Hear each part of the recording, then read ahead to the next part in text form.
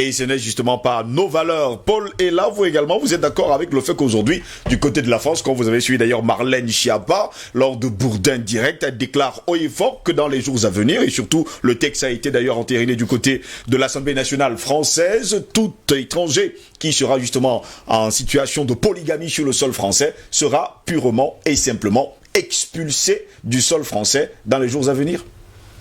Marlène Schiappa, la ministre française, fait de son pays, donc elle et son gouvernement font de la France leur pays ce qu'ils veulent. Oui. Et je n'ai aucune appréciation à faire de ce qu'ils veulent donner comme orientation à leur société. Ça n'engage qu'eux. En tout cas, on sait très bien que la société occidentale est à son apogée. Elle est en pleine décadence.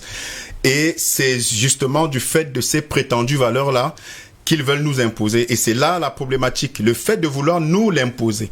Donc, qu'ils le fassent, qu'ils décident de valider les mariages homosexuels, l'adoption des enfants par des couples homosexuels, qu'ils décident de prendre des animaux de compagnie comme les héritiers, comme conjoints, qu'une société fasse ce qu'elle veut, ça la regarde. Donc, ce que Marlène Schiappa dit n'engage qu'elle, son gouvernement et tous les membres de la société française qui y adhèrent. Ce qui m'intéresse et qui m'interpelle, c'est les injonctions que l'Occident veut donner à l'Afrique pour des valeurs qui n'ont rien à faire et qui n'ont aucune correspondance, aucune référence à nos civilisations. Anatole a ici parlé d'hypocrisie, mais c'est une hypocrisie affligeante. Dont font preuve les dirigeants occidentaux de façon générale. Parce que quand cette ministre qu'on a suivi dans le reportage parle de polygamie qui ne correspondent pas aux valeurs républicaines. J'ai suivi une autre vidéo où elle parlait de polygamie comme opposée à la civilisation occidentale. Elle a parfaitement raison.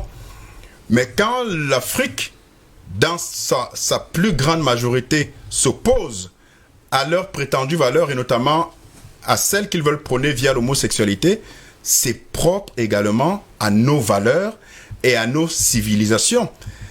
J'entends souvent objecter certains adeptes de la sexualité dissidente qui disent que il y a toujours eu l'homosexualité en Afrique. Mais le problème n'est pas qu'il y ait toujours eu l'homosexualité en Afrique ou pas. Le problème, c'est quelles sont les normes, quel est le cadre normatif, quelle est la norme et la normalité que la société africaine veut par rapport à la vision qu'elle porte pour ses peuples. C'est ça qui est important. Les dissidents aux normes, il y en aura toujours. Il y en aura toujours, mais ce n'est pas les minorités qui constituent les dissidents aux normes qui vont faire la loi comme on est en train de vouloir nous l'imposer. Et parlant de normes, il est complètement hypocrite une fois de plus et d'une mauvaise foi caractérisée qu'on veuille nuancer la notion de norme et de normalité. On entend des gens qui nous disent « Qu'est-ce qui vous dit que c'est même ce que vous pensez qui est la norme? Qu'est-ce qui vous dit que ce sont vos valeurs qui sont la norme ?» Mais la plupart des sources de langue française définissent ce qui est anormal comme quelque chose qui n'est pas habituel, quelque chose qui sort d'un cadre général. Oui. Est-ce qu'en Afrique, pour ne parler que de l'Afrique, parce que c'est même une vérité aussi chez eux, parce qu'il faut bien se dire que chez eux, c'est un leurre que les médias propagandistes veulent nous faire croire que la majorité est pro-homosexuel ou mariage homosexuel ou adoption des enfants, qui est une autre aberration sur laquelle on reviendra certainement.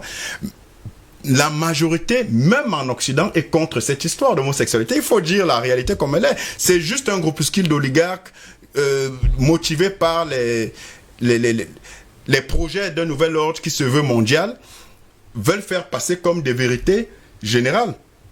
Quand vous avez vu les marches à l'époque de François Hollande, oui, qui prônaient la norme, ils étaient bien plus nombreux, ceux qui marchaient contre l'homosexualité, le mariage. Justement, le mariage pour tous. Mariage pour tous, sauf pour le président Hollande, qui, lui, il n'était pas marié, mais il voulait le mariage pour tous. Donc, on comprend bien qu'il y a une hypocrisie, une surenchère. J'ai jamais compris d'ailleurs, quand on parle de mariage pour tous. C'est ça qui m'a toujours épaté. Ça n'a juste pas de sens. Voilà. Ça n'a juste pas de sens parce qu'on sait que le mariage, dans son étymologie, dans son idéologie originelle même, participe de l'union entre un homme et une femme, oui. Et le mariage, la notion même de mariage a une dimension de mère à enfant. C'est-à-dire que le mariage parle dans sa définition étymologique, le mariage parle et véhicule l'idée de la protection de l'enfant. Donc vous voyez bien que la notion de mariage,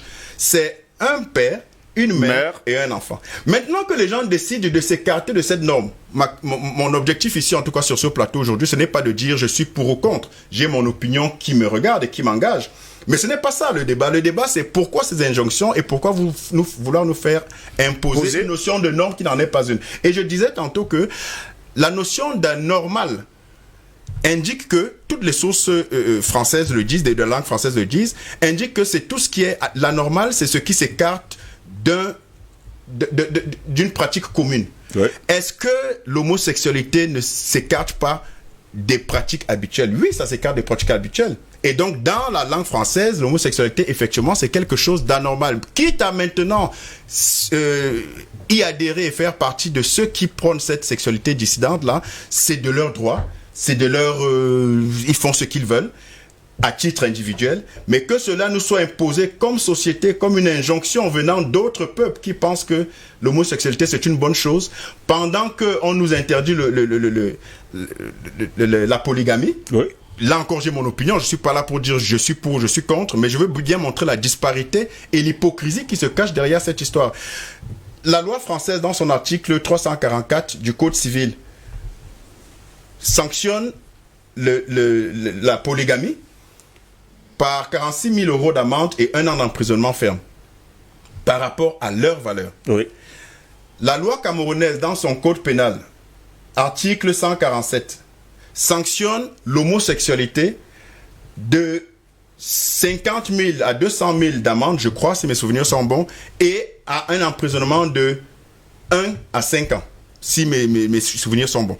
En tout cas, ce qui est important que j'essaie de montrer ici, c'est d'un côté, il y a une loi qui condamne la l'homosexualité, oui. Et d'un autre côté, il y a une loi qui condamne la polygamie, mais c'est propre à des valeurs de chaque société. D'où vient-il qu'on veuille nous imposer en nous disant l'homosexualité, c'est très bien, et la polygamie, ce n'est pas bien? Il y a problème, et c'est cette injonction-là qu'on dénonce et qu'on ne peut pas continuer à tolérer.